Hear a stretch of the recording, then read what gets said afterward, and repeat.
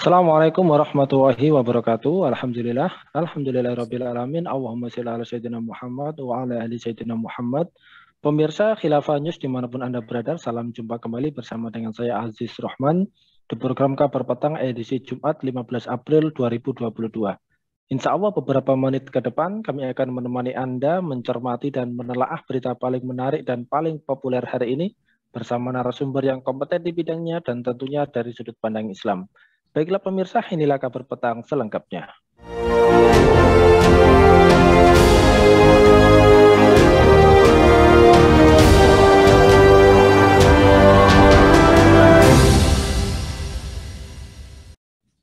Pemirsa, Menteri Energi dan Sumber Daya Mineral atau ESDM Arifin Tasrif memberi sinyal bahwa harga BBM jenis Pertalite atau RON 90 dan solar akan naik. Hal ini sebagai respon pemerintah atas lonjakan harga minyak dunia.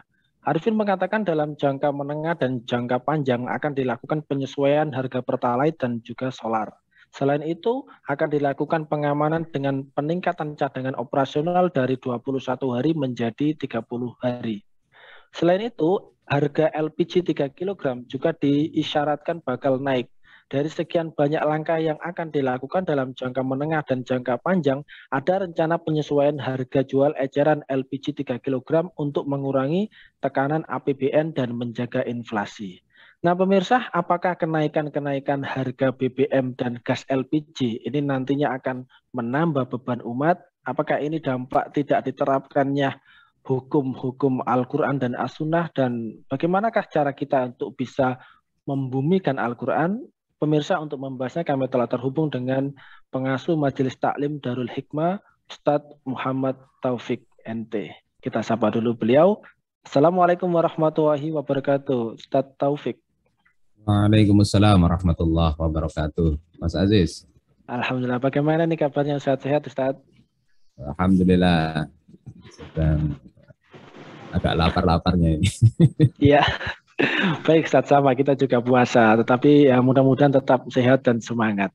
Nah Ustadz, kalau kita melihat dari pemberitaan ya, ini kan sejak tanggal 1 April 2022, pemerintah melalui Pertamina telah mengumumkan kenaikan harga BBM non-subsidi Pertamax ya menjadi sekitar 12.500 per liter.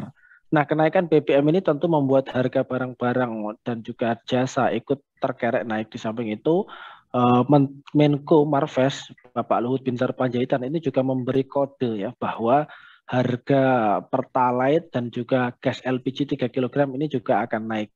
Nah, kalau Anda melihat terkait dengan kebijakan-kebijakan tersebut ya di tengah bulan suci Ramadan ya dan banyak masalah problem di negeri ini, apakah kebijakan tersebut nantinya akan semakin menambah beban umat atau seperti apa ini Ustadz melihatnya ini? Ya, secara ekonomi ya jelas itu sangat menambah dan memberatkan umat. Karena baru beritanya naik saja harga-harga sudah naik. Apalagi betul-betul dinaikkan. Itu real itu di tengah masyarakat. Kalau nggak percaya, lihat saja ke bawah lah bagaimana masyarakat itu. Ya, lantas kemudian kalau kita melihat sendiri ya, jika memang kebijakan ini ya benar-benar direalisasi, apakah nanti kenaikan BBM juga akan berimbas pada peningkatkan angka kemiskinan ya, dan juga pengangguran begitu, dan apakah ini juga nantinya juga meningkatkan angka kriminalitas di tengah-tengah masyarakat ini? Nah, kalau untuk peningkatan angka kemiskinan, itu kan bicara data ya, perlu penelitian. Dan kita nggak bisa membaca masa depan. Ya. Ada bisa dua kemungkinan sebetulnya, bisa memang naik, dan ini kalau kita pakai logika sosiologis ya memang akan naik itu. Karena biasanya orang dengan gaji yang sama atau peningkatannya tidak seberapa, dia harus mengeluarkan untuk nafkah itu yang lebih besar. Sehingga akan jadi miskin ya. Miskin dalam pandangan Islam itu kan tidak tercukupinya kebutuhan mereka. Misalnya perlunya 10, dia cuma punya 7 saja, level 7 saja yang bisa dia dia tunaikan, maka itu kategori miskin. Jadi secara ini itu bisa akan menambah kemiskinan. Tapi bisa jadi realitasnya bisa berkurang kemiskinan itu.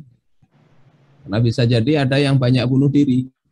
Kemarin saja di Banjarmasin itu ada guru honorer bunuh diri, nyemplung ke sungai.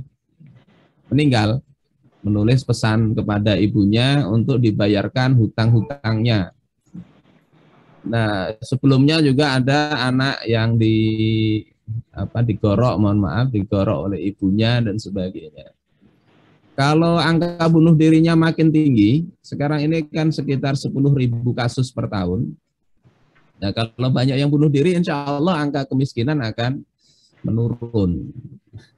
Insya Allah begitulah ininya. Yang dua kemungkinan itu ada sama-sama ada. Ya, tapi kan tidak begitu juga ya harapan kita. Baik, Ustaz. Lantas kemudian kalau memberantas kemiskinan, orang miskin jadi berantas.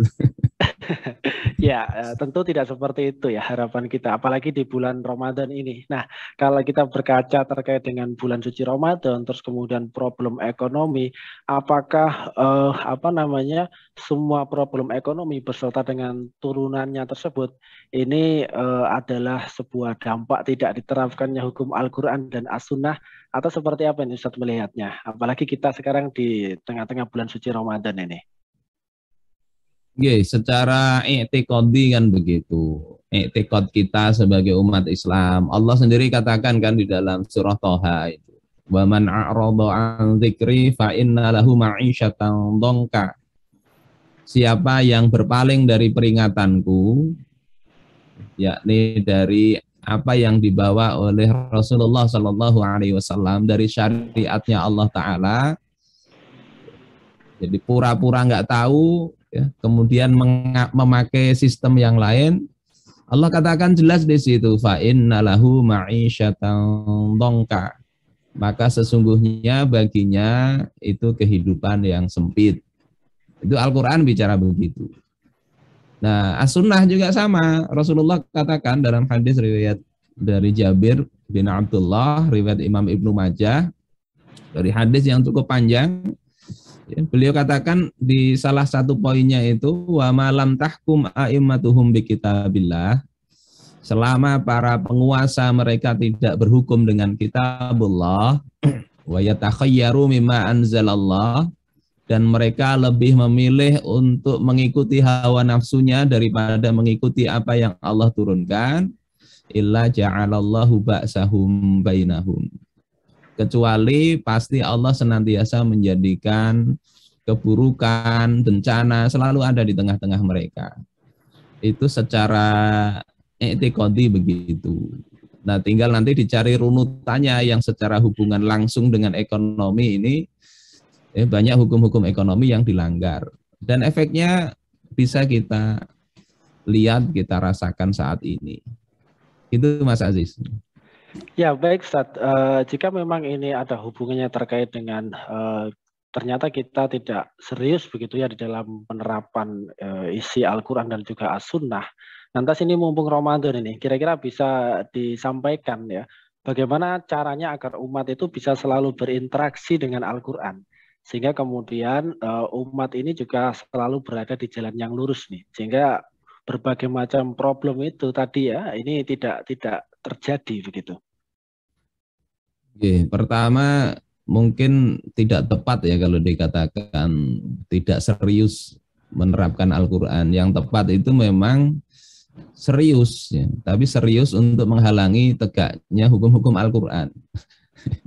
Itu yang terjadi, kita menyuarakan hukum syariah itu dianggap macam-macam ya, nggak benar, nggak positif. Itu berarti ada keseriusan, bukan ketidakseriusan.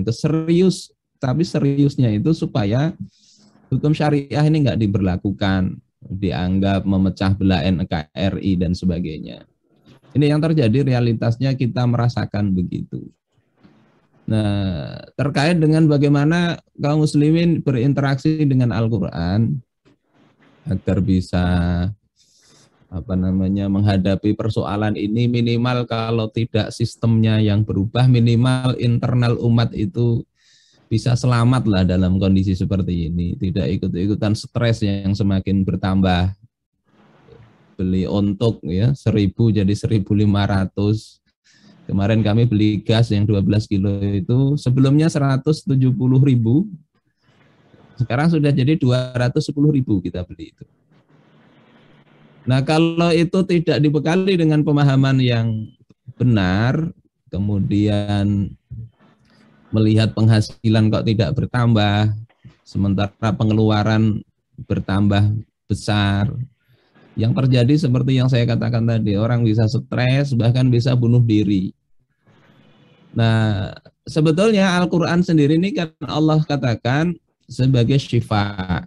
Ya, Allah katakan dalam surah Al-Isra, ya, wa nunazzilu minal Qur'an ma huwa syifa'u wa rahmatul lil mu'minin. Dan kami telah menurunkan Al-Quran itu di dalamnya ada syifa, ada obat. Obat apa? Dua itu obatnya. Pertama, di dalam ayat yang lain dikatakan syifa'ul lima fis sudur, obat bagi penyakit yang ada di dalam hati. Ada keraguan, ada syak, ada kebimbangan, macam-macam penyakit itu, maka itu bisa dihilangkan dengan Al-Quran. Bisa disembuhkan obat itu. Obatnya Al-Quran. Yang kedua, syifa'ul badan, bisa memberikan obat untuk badan dengan ruqyah misalnya, untuk tentunya berbagai penyakit tertentu, tidak semua penyakit.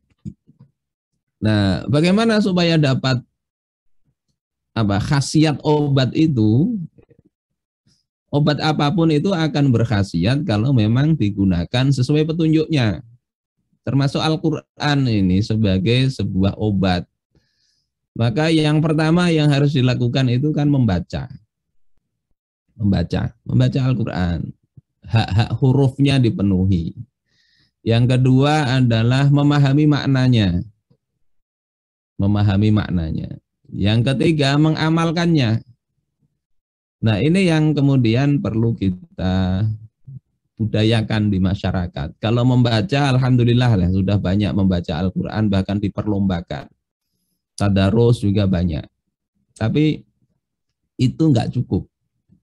Sebagaimana obat dikasih resep oleh dokter, dibaca resepnya berulang-ulang, tapi enggak pernah dilaksanakan, maka jangan disalahkan obatnya, itu disalahkan adalah orang tadi yang dapat obat enggak mau memakai.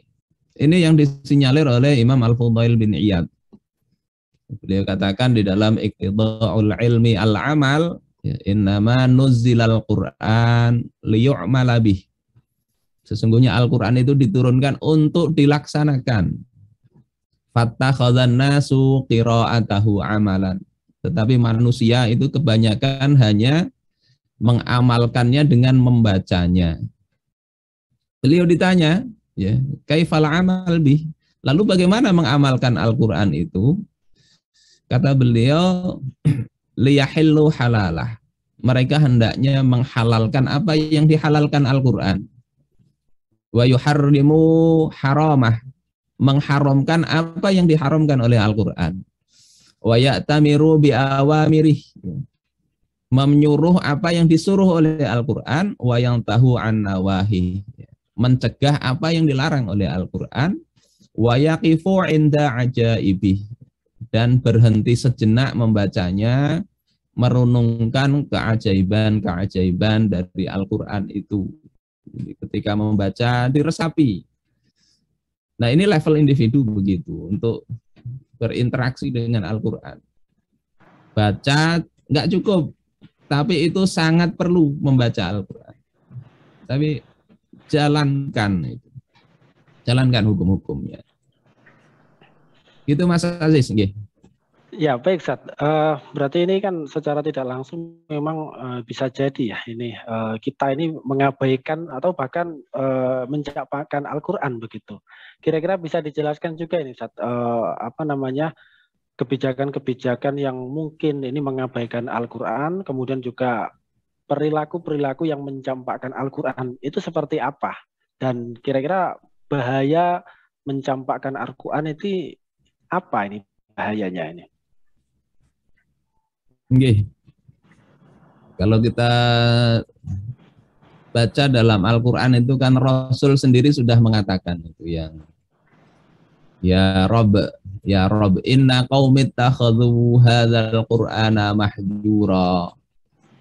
Wahai Rob, sesungguhnya kaumku itu menjadikan Al-Quran sebagai mahjura.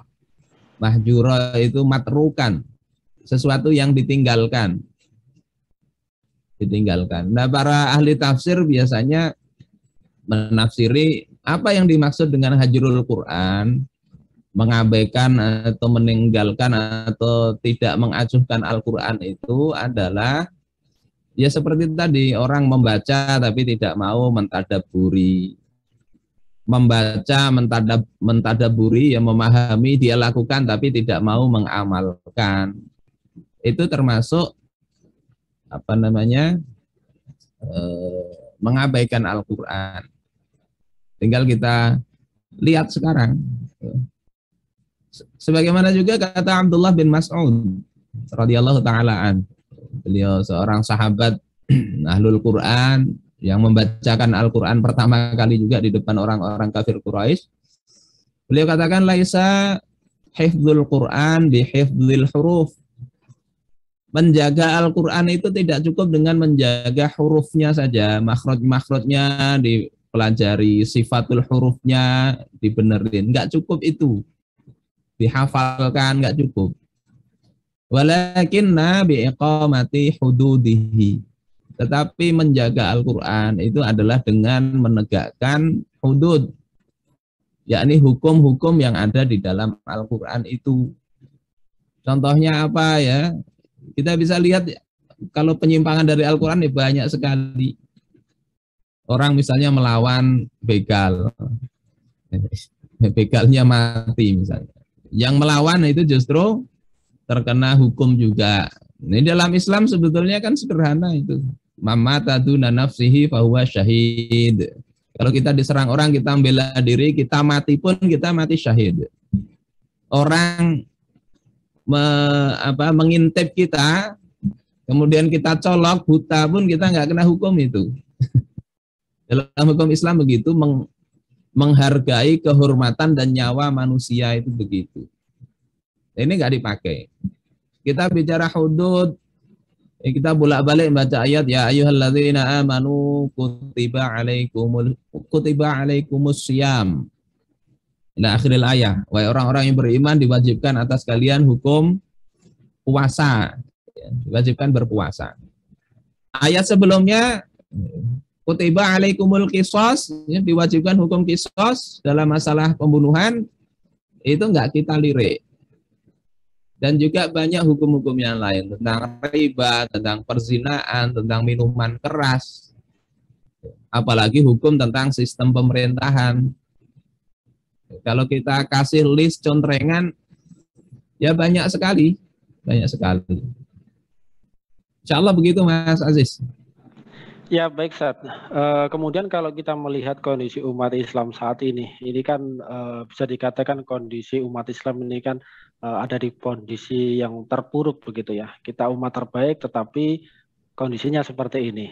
Nah, kalau jenengan sendiri melihatnya ini seperti apa? Apakah memang karena kita jauh dari Al-Quran atau seperti apa? Apakah kejayaan dan kemajuan umat Islam ini berbanding lurus dengan tingkat interaksi mereka dengan Al-Quran?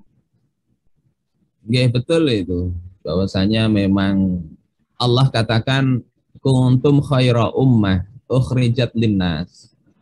Kalian itu adalah umat terbaik yang diturunkan, dikeluarkan untuk manusia.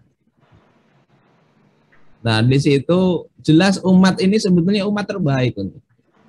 Tapi ayat itu tidak cukup sekedar membuat pernyataan begitu. Ada syarat yang harus dipenuhi. Yang ini dikatakan juga oleh Sayyidina Umar bin Khattab.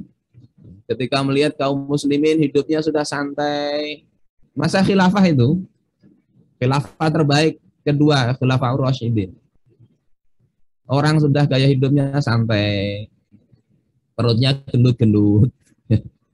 Beliau khawatir itu. Kemudian baca ayat ini, kuntum khaira ummah ukhrijat linnas. Ta'muruna bil ma'ruf wa tanhauna 'anil munkar wa tu'minuna billah. Umat terbaik itu kalau tadi ta'muruna bil ma'ruf, menyuruh yang ma'ruf. Apa yang ada dalam hukum-hukum Islam, kema'rufan itu didakwahkan, bukan malah dihalang-halangi. Kemudian wa tanhauna 'anil munkar. Kalian mencegah dari yang mungkar.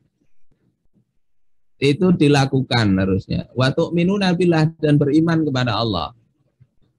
Kemudian beliau katakan, siapa yang ingin menjadi umat seperti ini, perhatikan syarat-syaratnya. Al-Quran itu kitab paling mulia, diturunkan Allah Subhanahu wa ta'ala lewat malaikat paling mulia, malaikat Jibril. Diturunkan kepada Nabi paling mulia, Nabi Muhammad Sallallahu Alaihi Wasallam. Umat yang memakai Al-Quran itu tentunya akan menjadi umat paling mulia, sebagaimana yang Allah katakan dalam ayat yang saya bahas di atas tadi. Itu Mas Aziz. Jadi nggak ada jalan lain sebetulnya untuk kalau mau bangkit, mau mulia. Allah sudah kasih pedoman, tinggal dipakai aja. Pilihannya kita ini mau atau enggak. Ya, baik, Masya Allah, ini luar biasa. Ini terakhir Ustadz ini, bisa juga disampaikan satu nasihat ya kepada kita semuanya, ya mumpung kita masih berjumpa dengan bulan Ramadan ini. Apakah Ramadan ini adalah momentum yang tepat begitu untuk membumikan Al-Quran? Lantas bisa jelaskan juga bagaimana cara agar kita bisa membumikan Al-Quran? Oke, betul bahwasanya Ramadan ini bulan Al-Quran yang para ulama, para sahabat dulu itu mereka bahkan mengkhususkan Ramadan ini untuk mengkaji kembali Al-Quran. Rasulullah Shallallahu Alaihi Wasallam bertadarus dengan malaikat Jibril yang turun tiap bulan Ramadan untuk mengecek dan membaca Al-Quran bersama Rasulullah Shallallahu Alaihi Wasallam. Ini momentum yang paling bagus. Nah, tinggal memang ada sebuah hadis dari Mu'adz bin Jabal. Kita sekarang ini berada pada mungkin situasi memang harus memilih. Yang kata hadis ini, ya, ala innal kitab was sultan sayaftariqan. Ingatlah bahwasanya Alkitab, Al-Quran dengan kekuasaan itu akan berpisah nantinya. Fala tufariqul kitab. Kalau itu terjadi, kalian jangan berpisah dari Al-Quran. Tetap pegang, ya, gigit dengan gigi geraham, kalau bahasa orang-orang Arab sana kiasannya begitu. Artinya pegang sekuat-kuatnya, jangan dilepaskan. Karena disitulah sebetulnya letak kemuliaan dan petunjuk hidup ini akan Allah berikan. Apapun resikonya. Insya Allah itu Mas Aziz. Ya, baik, syukran wa jazakumullahu khairan katsiran kepada Ustadz Muhammad Taufik telah hadir di Kabar Petang dan juga memberikan pencerahan yang luar biasa. Mudah-mudahan ini bermanfaat bagi kita semuanya dan selamat berpuasa ini Ustadz beserta keluarga. Selamat menunggu datangnya azan maghrib. Ya, semoga Anda dan keluarga senantiasa sehat selalu dalam lindungan Allah Subhanahu wa taala. Assalamualaikum Ustadz Taufik. Waalaikumsalam warahmatullahi wabarakatuh. Baik pemirsa, demikianlah Kabar Petang pada edisi kali ini. Semoga Anda mendapatkan banyak manfaat dari acara kami. Jangan lupa saksikan kami besok di jam dan channel yang sama. Dan jangan lupa juga like, comment, share, subscribe, serta klik tekan tombol loncengnya agar tidak ketinggalan update terbaru dari Khilafah News. Karena hanya di sinilah Anda akan mendapatkan informasi aktual terpopuler dan tentunya dari sudut pandang Islam. Akhirnya saya Aziz Rahman beserta seluruh kru yang bertugas undur diri. Wassalamualaikum warahmatullahi wabarakatuh.